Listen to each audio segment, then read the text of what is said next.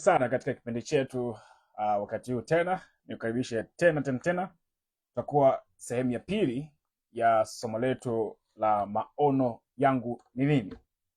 Tumeanza kuangalia somo ambalo limepita na sasa wacha tuendelee na sehemu ya pili, maono yangu ni nini.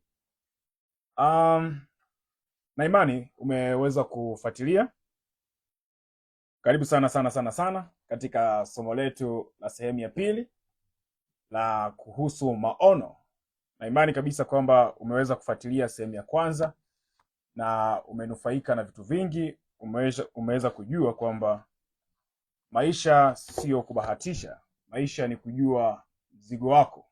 Maisha ni kujua kazi yako ni nini. Hasa kwa wewe ambao unanifuatilia, huenda kazi yako imefichwa kwenye kilimo.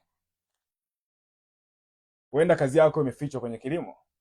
Ni swala la kukaa karibu na Mungu na kuweza kujua kwamba kwa nini una passion ya kufuatilia mambo ya kilimo. Kwa sababu vinginevyo ungekuwa sehemu nyingine unafanya mambo yako mengine.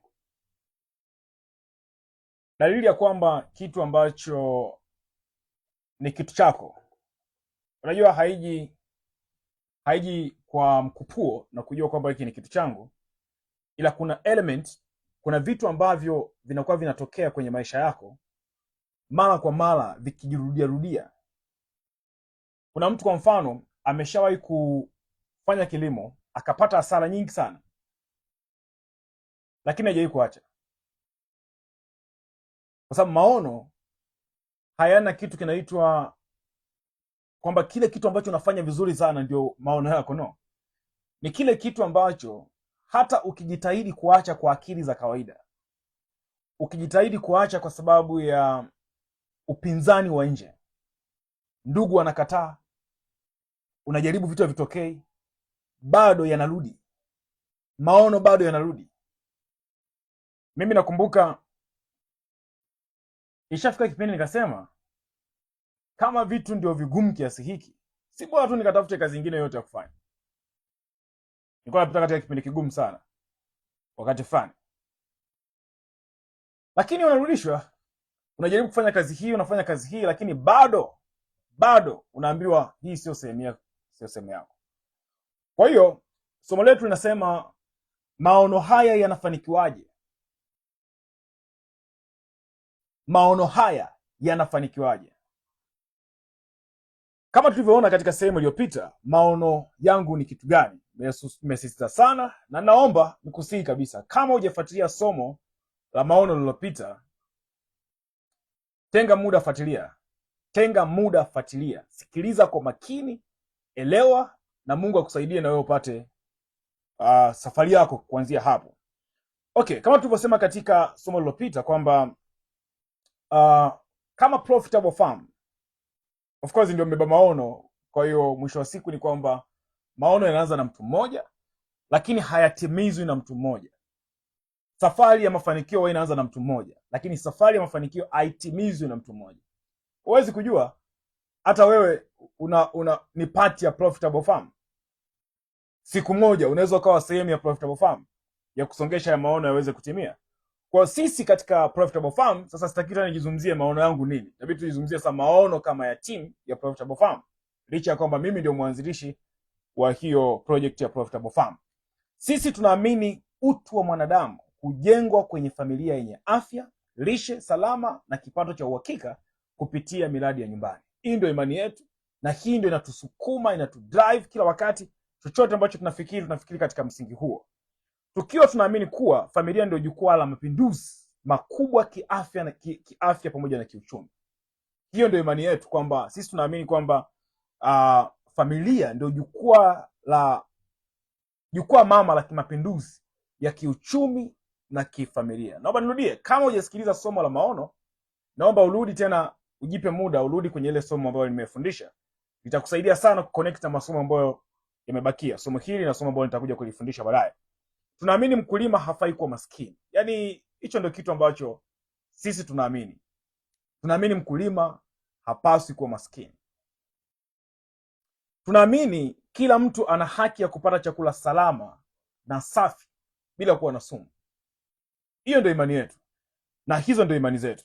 Sasa maono yetu yakiwa ni hiyo, ni imani. Maono yetu yakiwa ni kuwawezesha familia kuanzisha na kukuza miradi ya kilimo na ufugaji nyumbani kwa elimu ya vitendo, teknolojia rafiki na mbinu salama zinazotengeneza lishe bora na kipato cha uhakika. Haya ni yote nilikuwa nimeelezea katika somo lililopita. Nimesema ni fanya haraka ili tuweze kuconnect na somo hili ili uweze kuona kitu gani ambacho tunaenda kufanya na tumetoka wapi.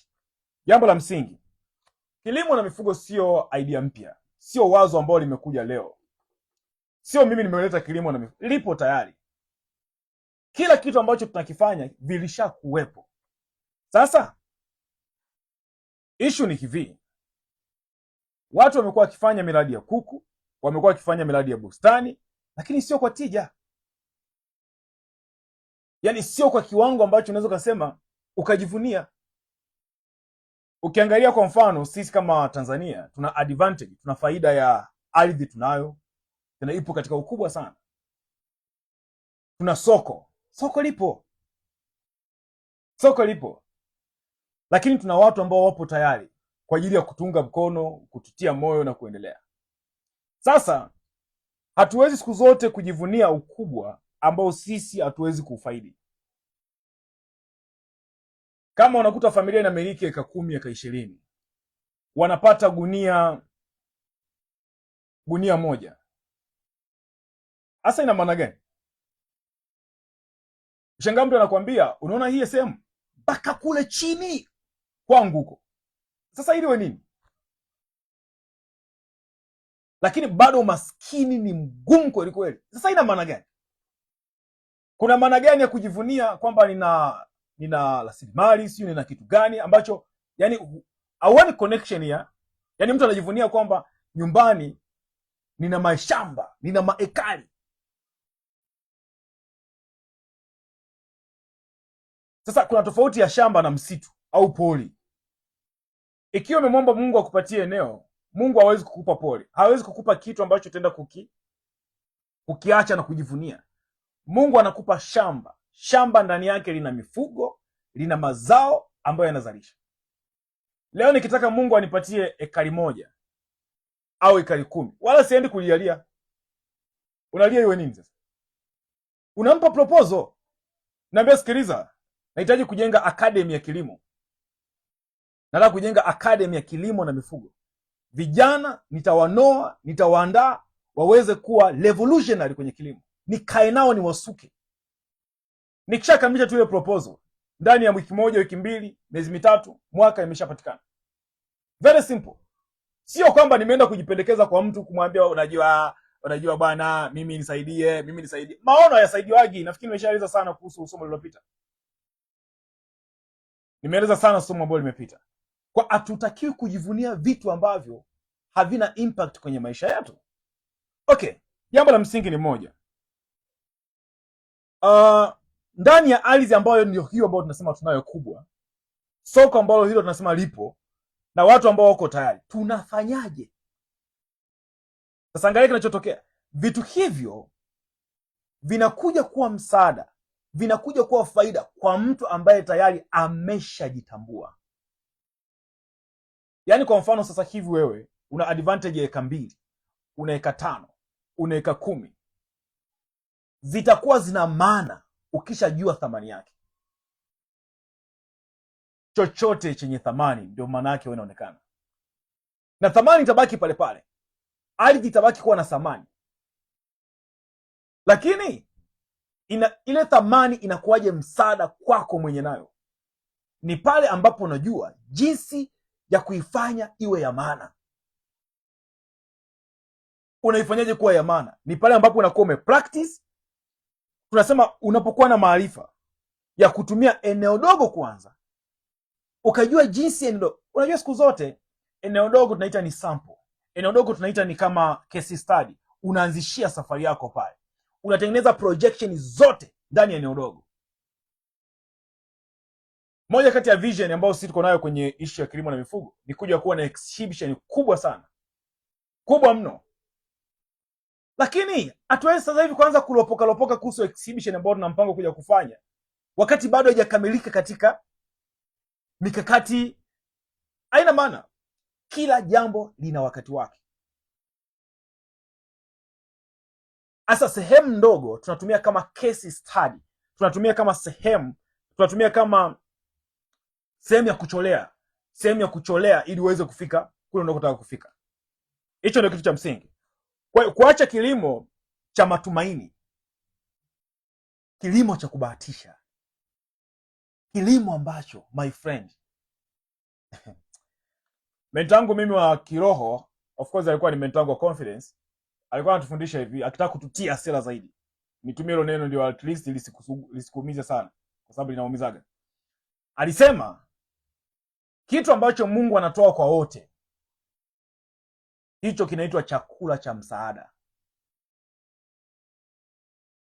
Kitu ambacho Mungu anatoa kwa wote, yani anawapatia wenye dhambi, wenye haki, maskini, matajiri, kinaitwa chakula cha msaada. Alikuwa anasema kwamba unafanya kilimo, unasubiria mvua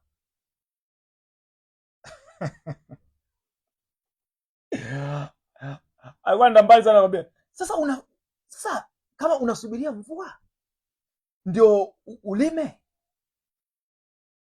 sasa wewe una tofauti gani na mtu mwingine? Haya, kikia kwa anatotia sema, anakuambia maskini wanalala 1:30, ikifika 4 wanakoroma, na wewe unalala 1:30. Sasa kitu ambacho kimepelekea kama maskini ni zile tabia zake za kila siku, ni jinsi ambavyo anaenda, na wewe unataka uwe mtu wa tofauti, unafuata njia zile zile. Hamna kitu. Akwambia fanya kitu ambacho ni tofauti na yule ambaye wewe hutaki matokeo yawe sawa. Maana yake nini? Sisi lazima tuwaze tofauti. Kama mtu anaweza akatumia eka 10 akapata gunia 3, wewe unawezaje kutumia eneo dogo lile la nyumbani ukaweza kumfikia mtu ambaye angetumia eka 1? Inawezekanaje? Lazima tuache kilimo cha kubahatisha, tuache ufugaji wa kubahatisha, tuanze kufanya ufugaji, kilimo chenye mikakati. Mimi na wewe tuingie sasa hivi, tutafute tunafanyaje, tunatokaje. Ili tuweze kufanikiwa katika hii, lazima tuwe tunafanya kilimo cha mfumo. Kwa hiyo sasa, bahati nzuri ni kwamba tayari sisi wenzio tumeanza, tumeonyesha nia, na tunamshukuru Mungu ameendelea kutupatia mawazo na ya namna ya kusongesha maono yaweze kutimia. Kwa maono hayatimii kwa story, maono yanatimia kwa mikakati, maono yanatimia kwa mifumo. Leo nataka nishare na wewe, sio kumotivate. Sisi tunaamini kitu kimoja, maono hayafanikiwi kwa story, maono hayafanikiwi kwa maneno ya kutiana moyo, maneno matamu matamu. Maono hayafanikiwi kwa seminar ya siku moja. Imagine leo ni siku ya ngapi leo? Ni ya 8 ya 9? Shasahau mimi. Wewe niangalie. Shasahau. Siku ya 8. Okay. Maono leo ni siku ya 8 tunazungumza. Masaa 3 kwa siku, masaa 4 kwa siku. Leo siku ya 8 tunazungumza. Ina maana kama ni masaa 3 kwa siku 8 ni masaa 24. Masaa 24. Nakumbuka hapa nikawa nafanya presentation. Ina maana kama tumekaa chini tunafundishana, kipindi ambacho hapa nakufundisha kwa lisali moja, lakini tutazungumzia masaa 3. Kuna vitu vya kujifunza, kuna mambo ya kudiscuss. Kama kweli tunataka tuwe machampion, kama kweli tunataka kuwa wakulima ambao tunataka vitu viweze kutokea, kuna vitu vya kukaa chini na kudiscuss. Sio seminar siku moja, sio motivation, hapana, sio maneno matumaini, ni reality, maisha, kwamba sasa tunaendaje, tunafanyaje ili vitu viweze kutokea. Lazima tuwe serious. Ndio maana sisi tunaamini kwamba lazima tukae chini tuweze kujifunza. Okay, sasa katika somo hili nitastiki na kukuonesha kwamba ni jinsi gani mfumo wa profitable farm ambao unahusisha kuku uchumi, unahusisha mambo ya bustani ndani yake, unawezaje kutusaidia tukatimiza maono. Hicho ndio kitu cha msingi ambacho nakizungumzia katika somo hili. Tunapozungumzia mfumo, kwa nini tunazungumzia mfumo? Mafanikio sio bahati, mafanikio sio bidii peke yake. Mtu akishindwa kwenye kilimo, mara nyingi sio kwa sababu hakufanya kazi kwa bidii, sio kwa sababu hakufanya kazi kwa bidii, sio kwa sababu alikuwa mvivu. Sababu kubwa, alifanya kazi bila mfumo. Alifanya kazi bila mfumo. Tunapozungumzia mfumo, tunamaanisha nini? Mfumo wetu unasimama juu ya nguzo 4. Kuna nguzo 4 ambazo nitakuonesha, tukisimama na hizi nguzo lazima tutafanya vizuri. Ukikosa nguzo moja, mradi unayumba. Ukikosa nguzo 2, mradi unaanguka. Ukikosa zote, utasema kilimo hakilipi. Utaungana na wenzako mtaani kwa kusema kwamba kilimo ni kupoteza muda, kilimo ni mateso. Nimeshasema kwenye somo lililopita kwamba ukishaanza kufikiri unateseka, anza kujiuliza mara 2, umechochora kwenye hicho ambacho unafanya. Sio kitu sahihi kwa upande wako. Nguzo ya kwanza, ratiba. Siku zote huwezi kufanikiwa kama hauna discipline. Na discipline inajengwa na kitu kinaitwa routine. Kinaitwa ratiba, daily routine. Kwa sababu discipline ni kutekeleza mambo unayotakiwa yafanye, iwe unajisikia iwe ujisikii. Hakuna namna utapata matokeo bila kuyasababisha yale matokeo. Kwa nguzo ya kwanza tunaita ratiba, ambayo nguzo hii inajenga discipline. Maana yake nini? Wakulima wengi wanapanda leo, wanakumbuka kesho kutwa, wanachelewa kesho kutwa, wanakatishwa tamaa wiki ya 3. Kwa nini? Hana consistency, hana muendelezo. Amefanya leo, kesho ameacha, kesho kutwa, kesho, baada ya muda anakata tamaa. Ukiotesha labda kwa mfano spinach leo, sio kwamba umeshamaliza. Inabidi uanze kuibembeleza kwanza siku 3 mpaka wiki. Uweke mulch, uweke manyasi, jua limekuwa kali, uzuie jua. Unajua kilimo, okay, wewe ni mtu mzima, umeshapata mtoto. Mtoto akishazaliwa anahitaji careness ya hali ya juu sana. Ndivyo jinsi kilimo kilivyo.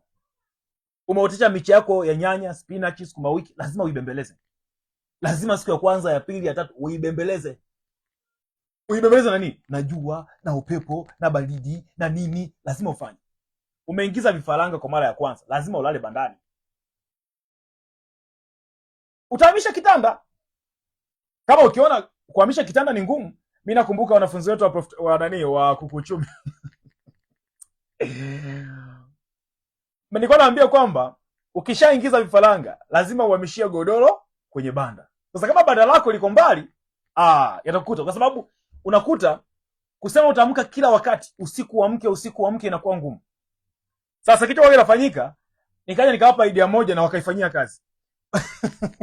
Nikamwambia, mbona vifaranga vinaweza vikalelewa kwenye bedroom? Mbona vifaranga vinaweza vikalelewa sebuleni? Wanafunzi kanaweka sebuleni kwa sababu anajua akishatoka tu chumbani anavikuta.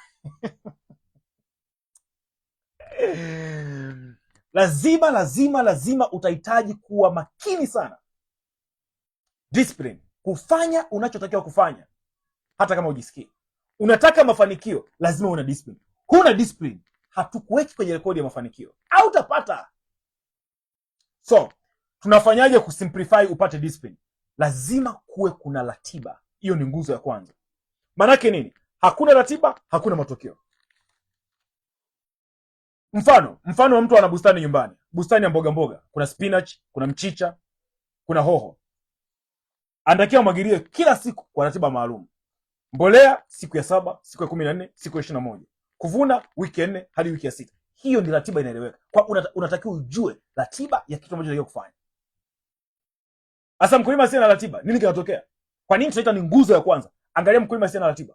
Ni hivi, mkulima asiye na ratiba anasahau mbolea, anachelewa kuvuna, anapata hasara sokoni. Na kwenye kuku ni hivyo hivyo. Simple and clear. Hana ratiba, hana discipline. Mfumo manake nini? Mfumo unakusaidiaje? Mfumo wa profitable farm unakusaidiaje wewe kuyafanya maono yawe halisia? Simple and clear. Unakupa ratiba ya wiki kwa wiki. Unakuambia nini ufanye leo, sio kufikiri tu. Nini ufanye leo. Unapunguza makosa ya kusahau. Unapunguza makosa ya kusahau. Manake nini? Nguzo hii inatusisitiza kwamba kilimo bila ratiba ni sawa na kuomba miujiza.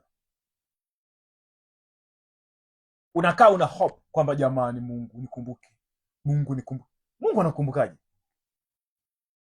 Hawezi kukumbuka Mungu. Nguzo ya kwanza nimesema ratiba. Nguzo namba 2, support. Mfumo wa profitable farm utakusaidia kukupa support. Support manake usiwe jeshi la mtu mmoja. Usiwe jeshi la mtu mmoja. Jeshi la mtu mmoja kama litashinda vita ni vichache sana. Sio kwamba alishindi kabisa, lakini sio vita vingi. Jeshi la mtu mmoja haliwezi kushinda vita vingi hata siku moja.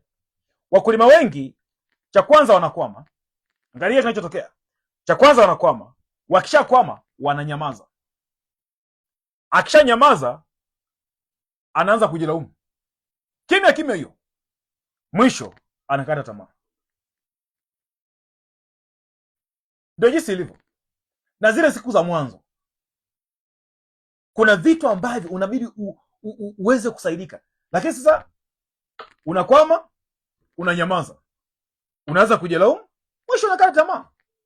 Kwa nini? Hawana pa kuuliza haraka. Hauna pa kuuliza haraka. Hapa Instagram hatuwezi kuulizana haraka. Utauliza swali leo, nitakujibu baada ya siku 3. Wazara sijui unapitia hali gani, kwa sababu sio sehemu rasmi ya support. Ni sehemu tu ambayo tunapitishia masomo yetu, tunakueleza kitu gani sisi tunafanya, simple. Sasa wakati unasubiria ushakwama. Haya, kwa mfano kwenye bustani, majani yamegeuka yamekuwa njano. Wadudu wameanza kushambulia. Mauzo hayatembei, mauzo yamekwama. Kwenye kuku kwa mfano, kuku wamechelewa kutaga, utauliza wapi? Kuku wanaonyesha dalili ya kuumwa, unauliza wapi kwa haraka haraka? Kuku wanadonoana, unauliza wapi kwa haraka haraka? Maanake ni kwamba mkulima asiye na support, unachoweza kukifanya, utaenda Google. Sasa hivi kuna ChatGPT, unaenda ChatGPT, anajaribu kwa jirani haiseni yani sijui uko vipi hapa. Huko ndio sehemu unaweza kupata support. Anapoteza wiki nzima, ule ugonjwa unakuwa sugu, changamoto inakuwa sugu, mwisho wa siku anajikatia tamaa. Mfumo unafanya nini? Namba 1, kuna jukwaa la pamoja. Kuna community ya watu ambao wanafanya kitu ambacho unafanya. Na siku zote ukishakuwa kwenye community ya watu ambao wanafanya wanachofanya, cha kwanza unashusha mzigo. Kwamba safi kabisa. Kwa sababu wamekutangulia, wanafanya kitu kama cha kwako. Kuna mambo ambayo wao waliyapitia ambao ni makosa, wewe huwezi kuyapitia. Cha pili, mfumo unafanya nini? Kuna wataalamu. Kuna expert ambao wanaweza kukusupport. Lakini pia kuna majibu ya haraka kulingana na shida yako. Mwisho wa siku tunasema kwamba support ni bima ya mradi wako. Ukitaka kufanikiwa lazima uwe karibu na support. Support inaokoa mradi wako kuangamia. Hiyo ni nguzo namba 2. Tukifanyia kazi hiyo lazima tuwini. Hakuna ujanja. Nguzo namba 3 tunaita ufuatiliaji, tunaita accountability. Nguzo namba 3, ufuatiliaji, tunaita accountability. Watu wengi hawashindwi kwa kukosa maarifa. Wanashindwa kwa kukosa kusimamiwa. Moja kati ya kitu ambacho kimenicheleweshea mimi mafanikio, naweza kusema pia kinacheleweshea watu wengi, ni kukosa sapoti ya kufuatiliwa. Wenzetu ambacho wametuacha ni kitu kimoja. Wana programs za sapoti nyingi sana za kuhusu mafanikio. Sapoti inaweza ikakupunguzia miaka 3 mpaka 10 ya kuhangaika. Kuwa na mentor, kuwa na coach, kwa sababu supporting program ni program ambazo zinahusisha coach, zinahusisha mentor. Unakuwa na mtu ambaye at least unakuwa na mtu wa kupumulia, unakuwa na mtu wako ambaye yani mnashirikishana mawazo ili uweze kutoka sehemu moja kwenda sehemu nyingine, ambaye kwa namna moja au nyingine amesha kutangulia katika eneo ambalo unataka kufanya. Wenzetu wana hicho kitu. Haujawahi kusikia wenzetu hadi wana family doctor? Yaani familia na daktari wake. Sasa kwenye kila eneo la maisha, watu waliofanikiwa wana mtu anaitwa personal assistant. Kwa nini wafeli? Support inakusaidia nini? Support inakusaidia usikwame. Yaani jambo ambalo linatakiwa likwame, halikwami kwa sababu linapata majibu kwa haraka. Nafikiri ndio kitu ambacho kinakosekana kwenye nchi ambazo zinaendelea. Hakuna hizo program za support nyingi. Mimi na wewe tushtuke sasa hivi. Haushindi kwa sababu hauna maarifa. Bwana, wasomi wengi mtaani wapo. Wengi tu wamesomea madegree mengi tu. Mengi madegree. Lakini sasa degree yake haiendani na nini? Na matokeo. Alichokosa kinaitwa accountability. Alichokosa ni uwajibikaji. Mwanadamu siku zote asiposimamiwa hafanyi. Haufanyi kwa sababu unajua, unafanya kwa sababu hamna, haufanyi kwa sababu hauna pressure.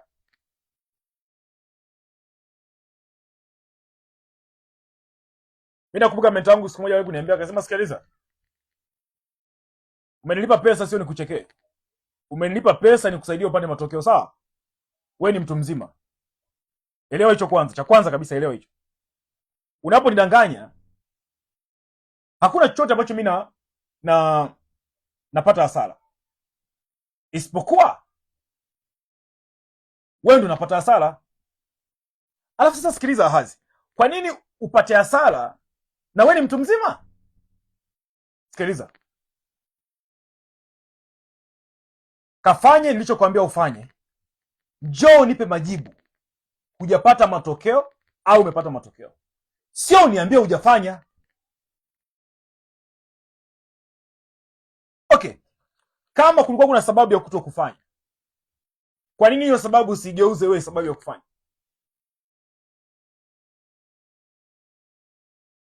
Coaching, support inakupa kitu kinaitwa possibility mentality. Akili ya mwanadamu ina akili moja. Ukiambia naweza kufanya na kuletea majibu ya kufanya. Ukiambia siwezi nasema ndio uwezi. Simple and clear. Mfano wa wakulima wawili. Angalia kinachotokea. Wote walifundishwa. Wote walipanda siku moja au waliingia kwenye mradi wa kuku siku moja. Tofauti yao ni nini? Mmoja anaulizwa umefikia wapi? Mwingine yupo kimya. Baada ya miezi miwili, mmoja anauza, mwingine anasema nilikwama kidogo. Ulikwama kidogo ndio, hela ziko wapi? Ukikwama kidogo utapata. Mentor wako anasema kwamba hata kama utaniletea kisingizio umepaka rangi na perfume kiasi gani, swala ni kwamba haujafanya. Hakita kulipia bills, hakitabadilisha maisha yako yoyote. Kwa nini hata usiniambie sababu yoyote ya kutokufanya? Kwa sababu haiwezi kunisaidia na haiwezi kusaidia chochote. Inakufanya unakuwa accountable. Sasa wewe ndio kusema jeshi la mtu mmoja. Utakukuta wenzako wanauza huku, wewe visingizio debe. Exclusive. Unajua mambo sio yalikuwa vipi? Unajua nini? Unajua nini? Watu wanafanya maajabu huku duniani. Watu wanasababisha vitu vinatokea. Watu wanasababisha wewe unatuletea visingizio. Wanasema kwenye maisha you either make money or make excuse. People are making money. You are making excuse.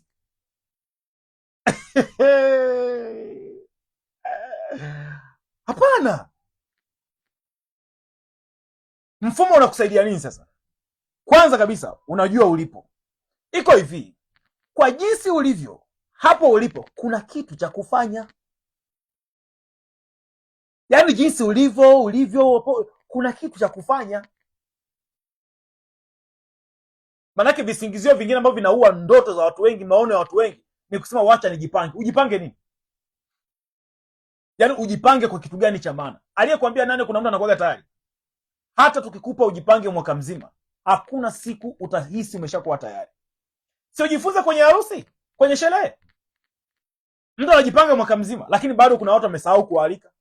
Kuna kitu siku ya harusi ndio unagundua, kumbe hakunaga kitu kinaitwa kukamilika kwenye kujipanga. Hakuna. Okay, mfumo unakusaidia kujua ulipo. Mfumo unakusaidia unajua hatua inayofuata mara baada ya pale ulipo. Mfumo unakusaidia unakusukuma mbele bila kujisikia. Rafiki yangu, success ni uncomfortable. Kuna saa unaamka hujisikii. Kwa mfano, mimi ni mwanadamu, mimi sio chuma rafiki yangu. Nafundisha leo ni siku ya 8, masaa 3, masaa 4. Kuna saa unaamka asubuhi, unasema leo usifundishe. Yaani unaamka, kwa mfano kama jana nimechoka sana. Nikaamka, yaani imefika kwenye saa 8 hivi nikasema kesho sifundishe. Kuna sababu ya kufundisha? Hayo ndio fundisha yanatosha.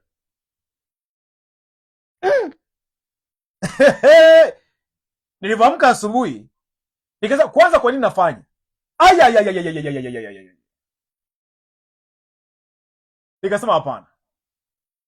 Lazima nifanye. Kuna kitu kinaitwa lazima ujiforce.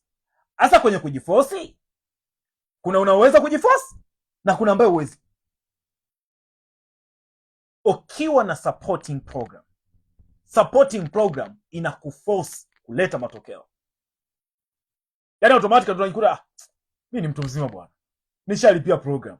Sasa kwa nini sichukui hatua? Hebu acha nichukue hatua. Very simple. Kitendo cha kusema tu kwa nini sichukui hatua, wacha nichukue hatua, nataka nikwambie unapunguza muda ambao ungeteseka, ambao usingepata matokeo. Jambo la msingi, ufuatiliaji huua uzembe kabla haujaua mradi. Naomba nirudie point. Ufuatiliaji huua uzembe kabla haujaua mradi. Kinachoua mradi, kinachoua vision, kinachoua dreams ni uzembe, uvivu, ujinga, ubinafsi. Hivyo vitu vinaua maono, vinaua ndoto, vinachelewesha ndoto, vinachelewesha maono. Mtu alitakiwa, unajua, sikiliza, jinsi unavyoshtuka mapema ndivyo jinsi unavyojipa nafasi ya kufanya vizuri zaidi. Unajua leo unashtuka una miaka 75. Nataka nikwambie, ulikuwa na nafasi ya vitu ambavyo unafanya miaka 75 ungefanya ukiwa na miaka 25. Shida ni nini? Hakukuwa kuna mazingira ambayo ya kufanya ushtuke mapema. Bwana wenzetu ambao wametutangulia. Haya. Bill Gates ameanza akiwa na miaka 12. Kasajili kampuni na miaka 17, 18. Mark Zuckerberg ambao ndio tunatumia leo mitandao yake Facebook, Instagram, WhatsApp, amesajili kampuni na miaka 19. Au kina Elon Musk ambao leo anakimbiza dunia, wameanza mapema kabisa. Mastaa wengi walianza mapema. Walianza mapema kivipi? Walianza mapema kwa sababu kulikuwa kuna mazingira ya kuwalazimisha wajitambue mapema. Jinsi unavyojitambua mapema ndio una nafasi ya kufanya vizuri zaidi. Swali linakuja, mimi nimejitambua mapema lini? Leo ndio kujitambua mapema. Uenda miaka kuna statement moja ya Kichina wanaitumia, wanasema muda mzuri wa kupanda mti kwa ajili ya miaka 20, yani kwa ajili ya leo, ilikuwa ni miaka 20 iliyopita. Lakini muda mzuri zaidi wa kupanda mti kwa ajili ya miaka 20 ijayo ni leo. Endelea kusema utafanya kesho. Uko nje ya wakati, umeshachelewa na bado unasema utafanya kesho. Jambo la msingi ni kwamba ufuatiliaji huua uzembe kabla haujaua mradi. Hiyo ndio pointi ya msingi. Nguzo ya 4 Nguzo ya 4 inasema jamii au naita mazingira ya ushindi. Jamii au naita mazingira ya ushindi.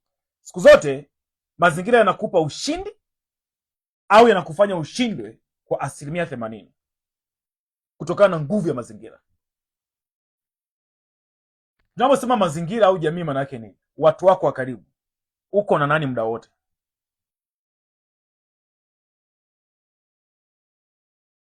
Wanasema hivi, ukitaka kutabiri future ya mtu, angalia vitu viwili. Cha pili, vitabu anavyosoma. Cha kwanza ni vitabu anavyosoma. Cha pili ni company anayotembea nayo. Kwenye company hapo wanasema angalia watu wako 5 wa mwanzo. Sasa hivi unataka kuingia kwenye majira mapya. Cha kwanza kabisa, kaangalie company uliokuwa unatembea nayo kwa majira yaliyopita.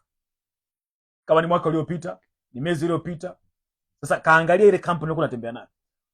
Sasa wale watu 5 wale, ukiangalia uchumi wao, ukiangalia wanachoongea, ukiangalia mawazo yao, yale mawazo ndio wewe. Yaani kwa kujipesi ni hivi, ukitembea na wezi 5, usiseme wezi wako 5, sema tuko 6. Kama hujaanza kuwa mwizi, ni issue ya muda tu, lakini utafuata kuwa mwizi. Ukitembea na matajiri 5, yani wao wamekuzidi uchumi, wamekuzidi ufahamu. Wakikuuliza matajiri wako wangapi, sema tuko 6. Ni issue ya muda tu, muda sio mrefu, na wewe unageuka, unakuwa unaongea kama wao, unafikiri kama wao, unaokoa muda kama wao, unakuwa spidi kama wao. Itakuchukua kwa muda mfupi tu hapo kuadapt yale mazingira, lakini baada ya muda unakuwa kama wao. Asa wewe endelea kuendekeza majitu ambayo yanawaza negative, hawana chamana, hawana mipango, hawana ratiba, na endelea kujitia moyo nao kusema kwamba unajua mimi ni mjanja zaidi. Negative ina power mara 1000 kuliko positive. Kana hao watu wanakupoteza muda sio mrefu. Ulikuwa una tabia mbovu za kutumia pesa vibaya, utaanza. Ulikuwa sio mtu wa kulopolopo, kuongeongea hovyo, utaanza. Ulikuwa sio mtu wa madeni yasiyo na kichwa wala miguu, utaanza. Cha kwanza kabisa, badili mazingira. Ndio maana tofauti kati ya maskini na matajiri kwenye mazingira ya kuishi. Matajiri, angalia kinachotokea. Kwanza matajiri wanasemea wewe kuishi, alafu cha pili wanaweka fence. Maskini huyu anapika kwenye baraza na mwingine kule na mwingine kule, wanashare umaskini. Chumvi basi, kiberiti hapa, anachemsha chai, anapita anatembea, anaenda kuomba sukari kwa jirani, mwingine anaenda kuchukua stress ya mkate.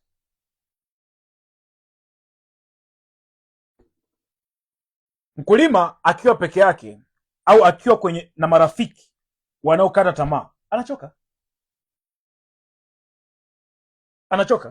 Mfano, ukiwa kwenye jamii, unaona watu wanauza, unaona wengine wanavuna, unaona wengine wanapata pesa. Ndugu yangu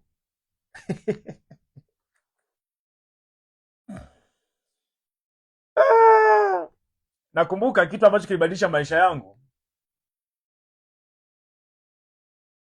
Nilikuwa kwenye community fulani miaka miwili iliyopita. Ilikuwa community ya biashara. Hasa kuna jamaa mmoja alikuwa anafanya kazi yani alikuwa unashangaa, yani kuna zile tunaita report za biashara. Unashangaa kwa siku jamaa ameshare ameuza 500,000. Ameshare ameuza milioni. Sasa hizi hela ni za kuchola au ni hela halisi? Jamaa kwenye ile community akawa mtu wa kwanza kuingia kwenye kitu kinaitwa 8 figure club. 8 figure club. Yaani watu wanaotengeneza pesa nyingi.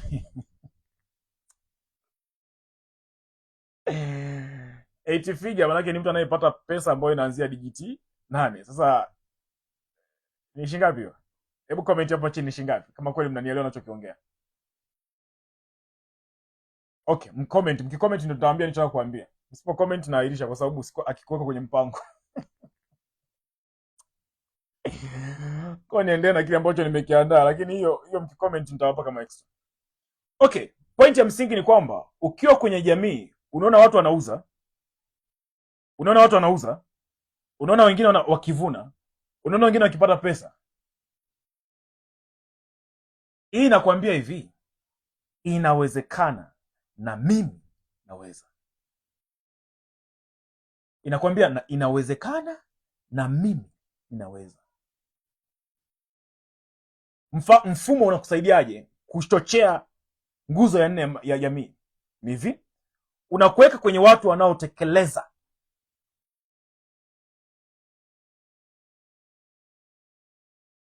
Umezidisha bwana, hiyo sio 8 figure.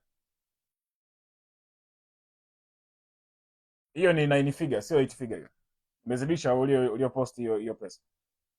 Mfumo unakuweka kwenye watu wanaotekeleza. Mfumo unakuondoa kwenye mazingira ya kulalamika. Lakini pia mfumo unakuongezea kasi. Unasema, wenzangu wanapambana hivi. Yaani mimi nimelala, aise wacha niamke. That's the system. Sasa basi, tunasema hivi, jamii sahihi ni sawasawa na kasi mara 2. Jamii sahihi sawasawa na kasi mara 2.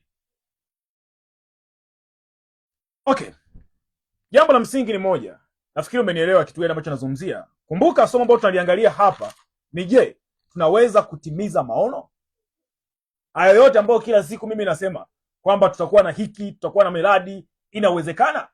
Sasa hapa tutakuonesha maono haya yanatimiaje kupitia mfumo wa profitable garden au profitable farm. Sasa wacha tuangalie jinsi nguzo hizo 4 zinavyofanya kazi pamoja. Hizi nguzo 4 zinafanyaje kazi pamoja? Ni hivi, nguzo ya ratiba inakuonesha nini ufanye. Nguzo ya ratiba inakuonesha nini ufanye. Nguzo ya sapoti inakuokoa usikwame. Nguzo ya sapoti inakuokoa ukikwama na usikwame. Nguzo ya ufuatiliaji inakufanya utekeleze. Nguzo ya ufuatiliaji inakufanya utekeleze. Na nguzo ya jamii inakupa nguvu ya kuendelea. Sasa rafiki yangu, cha kwanza umeonyesha cha kufanya. Cha pili inakuokoa usikwame. Cha tatu inakufanya utekeleze. Cha 4 inakufanya uendelee. Kwa nini usifanikiwe? Kwa nini usifanikiwe? Hata kama kuna mkono wa mtu hauwezi kukusaidia kukufanya usifanikiwe. Hii ndio tofauti kati ya mkulima na mjasiriamali wa kilimo. Wengi ni wakulima, wengi sio wajasiriamali wa kilimo. Wengi ni wakulima, wengi sio wajasiriamali wa kilimo. Wewe unataka kuwa mkulima, unataka kuwa mjasiriamali wa kilimo? Nafikiri unahitaji kuwa mjasiriamali wa kilimo. Haya, sasa twende kwenye hatua nyingine ambayo tunasema mkakati wa mfumo wa profitable garden wa kilimo kisichokufa. Sisi tuna mkakati ambao tunaita mkakati wa profitable garden wa kilimo kisichokufa. Unaitwa the profitable learning loop, au tunapenda kutumia inaitwa mfumo wa 5 times au inaitwa 5x. Huu mfumo utakusaidiaje? Ni mfumo ambao una vitu vikubwa 5. Iko hivi: unajifunza, tekeleza, uliza, rekebisha, lipa. Naomba nirudie. Nitaelezea kipengele kimoja baada ya kingine, lakini nataka upate picha nataka kuzungumzia kitu gani. Yaani kwamba hivi, wewe leo unapita kwenye step zipi? ambazo zitapelekea upate matokeo. Cha kwanza, unajifunza. Cha pili, unatekeleza. Cha tatu, unauliza. Cha nne, unarekebisha. Cha tano, unajilipa. Tuangalie pointi moja baada ya nyingine. Namba moja, jifunze. Jifunze maanake unahitaji maarifa sahihi kabla ya kuwa na jembe, kabla ya kuwa na banda. Unahitaji kuwa na maarifa sahihi kabla ya jembe, kabla ya banda. Unajua mimi nikiwa na banda nimemaliza kila kitu. Pana. Unahitaji kuwa na maarifa sahihi. Wakulima wengi wanapanda kabla ya kuelewa, wanataka banda kabla ya kuelewa, kisha wanajifunza baada ya kuharibu. Ameshaharibu ndio anajifunza. Sasa gharama ni kubwa zaidi. Hebu imagine umejenga banda la milioni 2. Ukishakutana na mimi nikakufundisha, unatakiwa ukalibomoe. Vipi hapo? Wengi tutasikia, ngoja mimi nipambane, mwalimu, nikipata pesa nikajenga banda nitakutafuta. Mimi naambiaga safi kabisa, uko sahihi, usijali.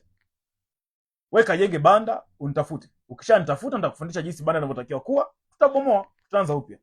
Ndio maana yake nini sasa? Nikamwambia si ndio ulivyotaka? Haya, hiyo ni gharama kubwa sana. Kwa sababu gani? Unakupata hasara kubwa. Unapata hasara kubwa sana. Sasa mfumo unasemaje? Mfumo unataka hivi: jifunze nini upande, jifunze nini ufuge. Kwa mfano kwenye program ya Kuku Uchumi kuna kitu kinaitwa consultation. Tunakupa program unapitia, lakini after 1 week tunafanya consultation. Na nafikiri ndio program pekee ambayo unafanya consultation, kwa sababu zingine sifanyi. Baada ya hapo tunaongea. Baada ya kuwa wewe umesoma program yetu, unafikiri unataka kufanya nini, then na mimi nakupa input zangu. Baada ya kukusikiliza nakwambia sasa sikiliza, kulingana na situation ulionayo, hiki na hiki usifanye. Kwa sababu gani? Utastaki hapa. Sasa ni bora, ndoto yetu bado tunayo, tutafikia kule, lakini tuanze na hapa, tupite hapa. Maana yake nini? Jifunze nini upande, nini ufanye. Then jifunze lini upande, lini ufanye. Siku zote kwenye maisha kuna kitu kinaitwa time and timing. Kuna jambo zuri ni sawa kabisa, lakini sio majira yake. Lazima ujue unajifunza lini upande, lini uanze. Kitu kingine, jifunze kwa nani utauza. Mambo ya soko ambayo tumekuwa tunazungumza mara kwa mara. Siwezi nikazungumza somo lolote bila kuzungumzia hichi kitu. Kwa sababu ndio ugonjwa wa watu wamebaki kuwa wakulima lakini sio wajasiriamali wa kilimo. Mtu ni bingwa wa kulima, anazalisha product ambazo ni nzuri, maskini ya Mungu. Kuku ambaye alitakiwa auze shilingi 20,000 anauza shilingi 12,000. Kamwachia dalali 8,000 nzima. Hasara tupu, huzuni tupu. Kwa nini? Ni mtu ambaye hakuanza kujifunza, alianza kuingiza kuku. Sijui kaotea wapi milioni 2, sijui ndio ya kuvunja kibubu. Jaza kuku hapo, mwisho wa siku hewa kabisa. Mfano, badala ya leo nipande chochote, mfumo unakuonesha unajifunza. Utafanya spinach, itachukua wiki 4. Soko mama wa nyumbani. Mfumo unakuonesha utawaingiza vifaranga vitakuwa vya wiki 4. Soko kuna mfugaji anayeanza ambaye yuko tayari tumlelee vifaranga ambao vimemaliza chanjo zote. Very simple.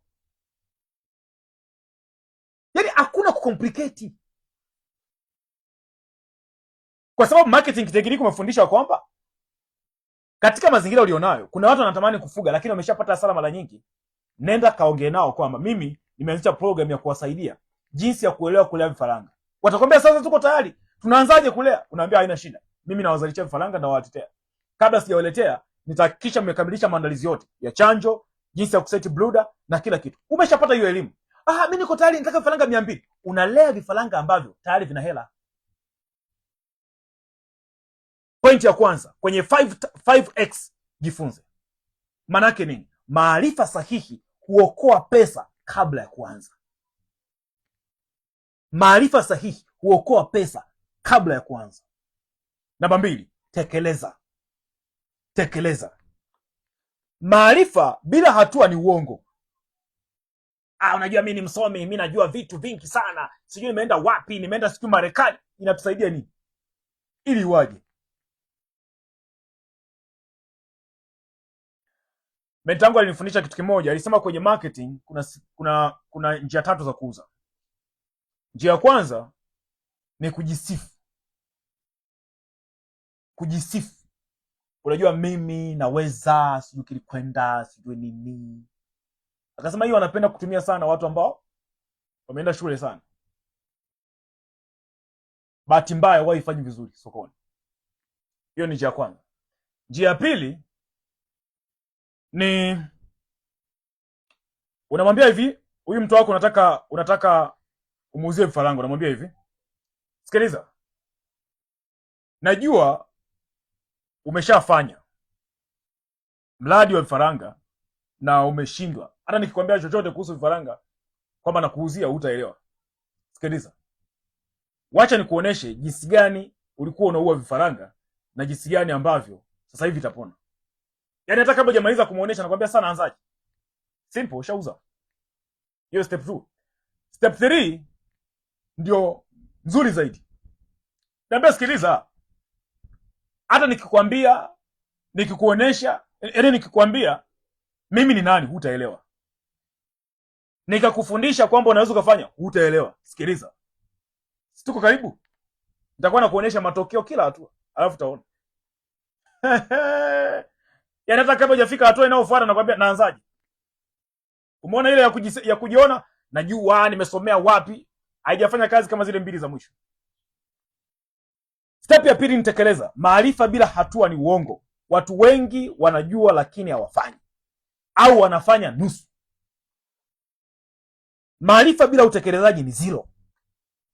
Mfumo unafanya nini? Unasema leo fanya hiki, sio kusubiri wiki ijayo. Nilikwambia hivi, kwenye support, kwenye mentorship, kulingana na maelezo yako kuna kitu cha kufanya leo, kwa sababu vyovyote itakavyokuwa, yani sikiliza nikwambie kitu, vyovyote utakavyojieleza kuna kitu cha kufanya. Hakuna cha kusema tusubiri kesho, kuna kitu cha kufanya. Ndio mfumo unavyotaka. Hakuna kukaa na daftari, hakuna kusubiri wiki ijayo. Hapana. Mfano, leo andaa udongo, kesho andaa miche, wiki ya pili andaa bag, wiki ya 3 tia mbolea. Simple. Umeshaambiwa kitu cha kufanya. Jambo la msingi hapa ndio wakulima wengi wanashinda. Sio wanashinda kwa sababu hawajui, wanashinda kwa sababu hawafanyi. Hiyo namba 2. Namba 3, uliza. Usife kimya. Kumbuka na kuelezea mfumo wa Time X, mfumo ambao tunaita profitable learning loop. Maana yake namba 3 tunasema usife kimya. Ukweli ni kwamba miradi mingi haifi kwa kosa kubwa, bali inakufa kwa makosa madogo yanayolimbikizwa. Elon Musk ni mtu ambaye dunia inashangaa. Juzi ilitakiwa a step down kuwa CEO wa Tesla. Wale wamiliki wa hisa wakasema no, tutakuongezea pesa, tunaomba tukuongezee pesa uendelee kuwa CEO. Wanasema ni moja kati ya mtu ambaye dunia inashindwa kumdefine, kwa sababu mtu anaongoza makampuni 6, yote anakimbiza dunia na yote ni CEO. Wakati mtu ukipewa kazi moja una sweat bara, ukishika 2 ndio kabisa, lakini jamaa anafanya vitu ambavyo dunia inashangaa. Na ndio tajiri ambaye ndani ya wiki 2 zimepita amekuwa mtu wa bilioni 600, ndani ya wiki hiyo amekuwa mtu wa bilioni 700. Ana formula moja inaitwa 5-minute loop. Hiyo ndio wanasema inamsaidia. 5 minute rule maana yake nini? 5 minute rule ni kwamba kila ndani ya dakika 5 anafanya evaluation, bado nipo kwenye track au niko nje ya mstari. Imagine 5 minute rule, jamaa anafanya tathmini kila ndani ya dakika 5, bado nipo kwenye track au nimehama, bado nipo kwenye track au nimehama.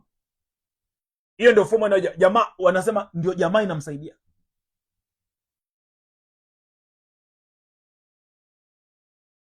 Imagine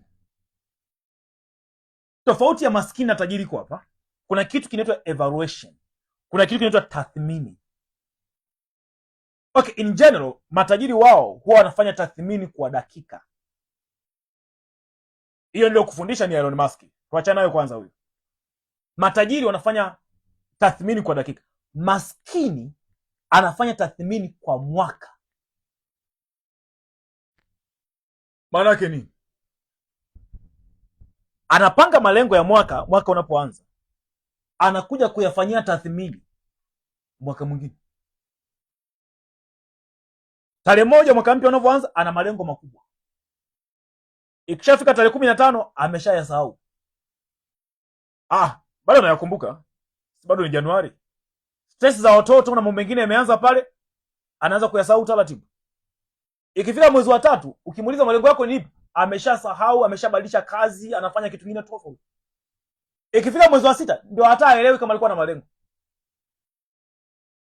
Ikifika mwezi wa 7 anasema mwaka limeisha hivi. Mwaka ilikuwa zito bara. Lakini huu mwaka 2025 ulikuwa ugawanyiki. Mwaka 2026 nitafanya wonders.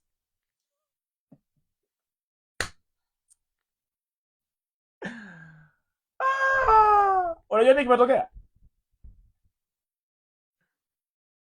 Sifa ya maskini, anapenda kujisikia vizuri kila wakati. Akishagundua alikosea, hataki kurudia hiyo kazi. Hataki kusikia, yani hataki mguse. Hataki mguse kabisa, yani anataka tulie.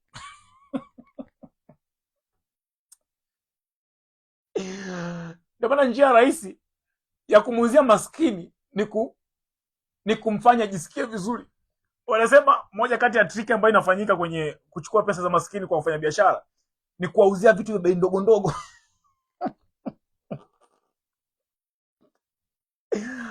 Angalia kwa mfano, badala anunue vocha shilingi 2000, anunue vocha 2000, ajiunge labda mwezi mzima au sijui wiki mbili au wiki. Ananunua vocha ya 300 au ya 500 kwenye M-Pesa. Anampigia simu. Kwambia yeye kazi yake ni kujisikia vizuri. Alo, vipi? Hebu niambie, mmeendeleaje na hizi sikukuu? Yaani nakwambia changari imeisha. Story imenoga alafu imeisha. Ananunua kingine. Niambie umbea. Nipe umbea. Changari imeisha. Ananunua kingine. Niambie. Anakuja kushtuka jioni, katumia 5000. Kwake hiyo haimuumi. Kinachomuuma ni kutoa 2000 kwa mkupuo. Sio 200, sio 300. Ndio maana makampuni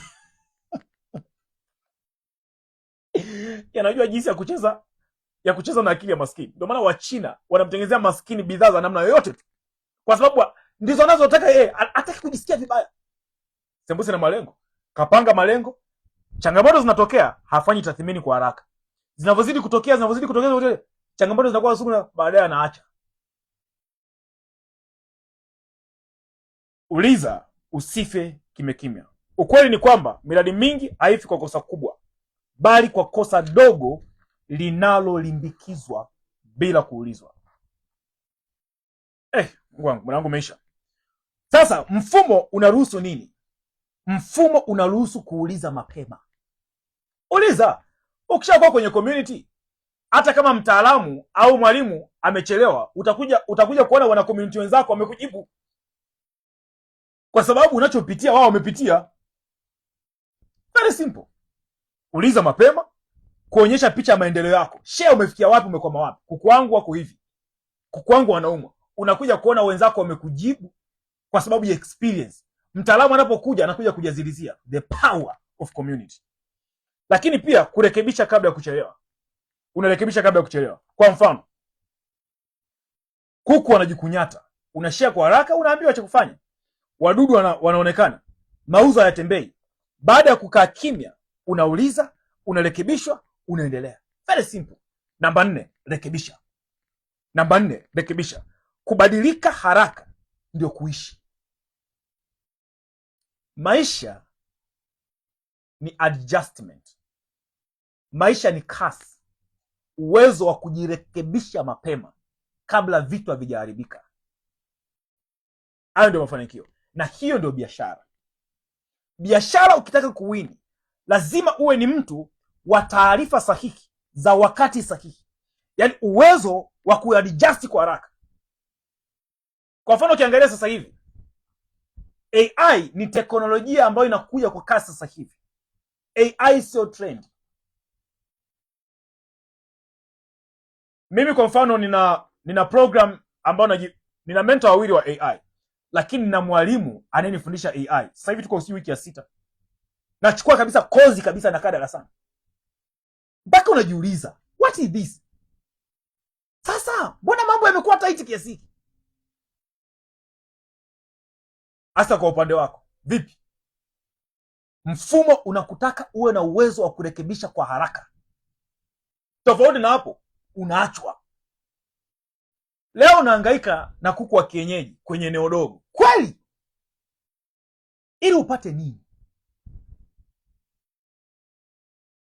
Ili upate nini kwenye eneo dogo? Leo kuna issue ya mashine za kutotolesha, big business. Leo kuna issue ya kuku wa chotara. Chana kabisa na hayo mambo. Kuku ambao wanaweza kukupatia utajiri, unaona kabisa. Kuku ambao wanaweza kukupatia value addition, ukajiongeza. Badala ya kuuza yai shilingi 8,000 tray, ukauza 12,000. Badala ya kuja kuuza sijui mayai shilingi 12,000, ukaamua mimi sitaki kuuza, nitauza vifaranga. Badala ya kuuza vifaranga vya day 1, ukauza vifaranga vya mwezi mzima. Simple. Mfumo unakuhitaji hivyo. Kilimo, ufugaji, biashara sio hesabu za darasani. Ni hesabu za kwenye game. Tunasema the real field. Ukiendelea kukomana hesabu zako za huko darasani, ukija huko lazima tukusahau. Lazima tukusahau. Kwa maana yake nini? Uwezo wa kufanya kwa wakati husika, uwezo wa kuadjust kwa haraka, ndicho kitu ambacho tunakitaka.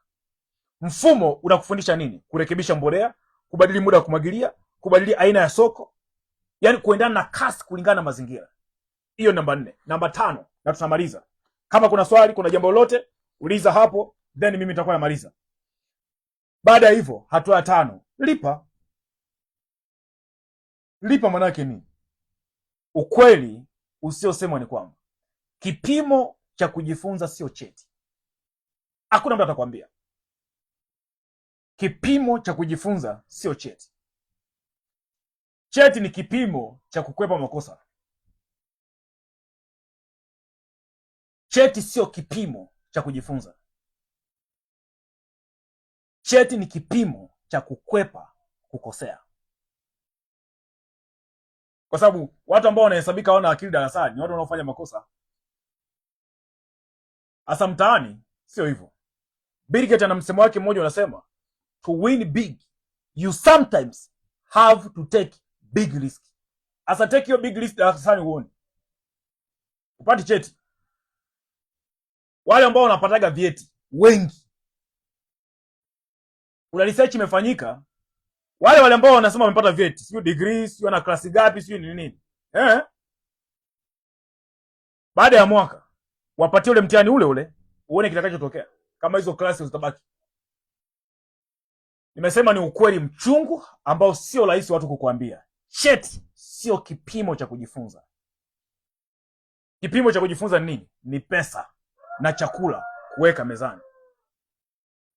Uwezo wa kufanya vitu vitokee ndio kipimo cha kujifunza. Mwisho wa siku tunachotaka ni nini? Pesa iko wapi? Mboga iko wapi? Iko wapi? Manake nini? Mfumo unalenga kukusaidia kuvuna, kula, kuuza na kurudia mzunguko. mfumo ambao nimekuelekeza tunaita ni loop. Profitable Farm Learning Loop. Maana yake ni nini? Unarudia tena mara baada ya kulipa. Kulipa maana yake umevuna. Yaani umelipwa, umevuna, umeweka mezani, umekula, umeuza. Unaanza kurudi tena. Unarudi tena wapi? Unarudi tena kwenye step ya kwanza. Jifunze. Step ya pili, tekeleza. Step ya tatu. Step ya tatu, uliza. Step ya 4, rekebisha. Step ya 5, lipa. Unarudi tena. Kwa maana yake ni nini? Kuna kitu kinaitwa circulation of learning. Kujifunza kuna level.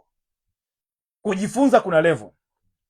Mtu ambaye anahangaika kupata milioni kwa mwezi, anachotakiwa kukifahamu sicho ambacho mtu ambaye anahangaika kupata 8 figure, 10 million na kuendelea kwa mwezi. Hawa ni watu wawili, learning zao ni tofauti kabisa.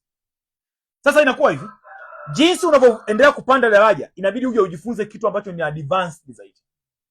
Ni advanced zaidi. Ili uendelee kukua zaidi, inabidi ujifunze kitu kingine zaidi. Kitu kingine zaidi. Na ndio maana anachojifunza mtu anayepata milioni 100 kwa mwezi na anayejifunza anayepata milioni 5 kwa mwezi ni vitu viwili tofauti kabisa. Na hata ukiwachanganya hata hawezi kuongea lugha moja. Hapana.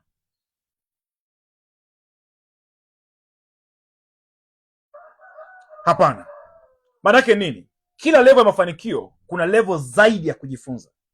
Ndio maana kipato kinapokuwa, maarifa yanaimarika, ujasiri unaongezeka. Kipato kinakuwa, maarifa yanaimarika, ujasiri unaongezeka. Mwisho kabisa, rafiki zangu, sisi hatufundishi kilimo cha kujaribu. Tunajenga mfumo wa kukulipa. Ndio maana tunakwambia kwamba Profitable Farm sio seminar, sio course. Ni program maalum ya kumsaidia mtu ambaye ameamua kuwa serious, kuhakikisha anachukua hatua mpaka kieleweke. Hayo niliyokuelekeza ndio ambayo tunakuonesha jinsi gani maono yanaweza kuhalisia. Jinsi gani ndoto ambazo tumekuwa tunaota, maono ambayo tumekuwa tunaota yanawezaje kuwa halisia. Jambo la msingi ni moja tu. Uko serious, unataka tutembee pamoja, maelekezo yote nimekupatia. Lakini kwa sababu kila siku tunatembelea na watu tofauti tofauti, andika neno program kwenye nambari ya 0761 825 808. 0761 825 808. Tutashare na wewe mikakati na tutaona tunaanzia wapi mpaka kieleweke. Asante, tukutane katika wakati mwingine.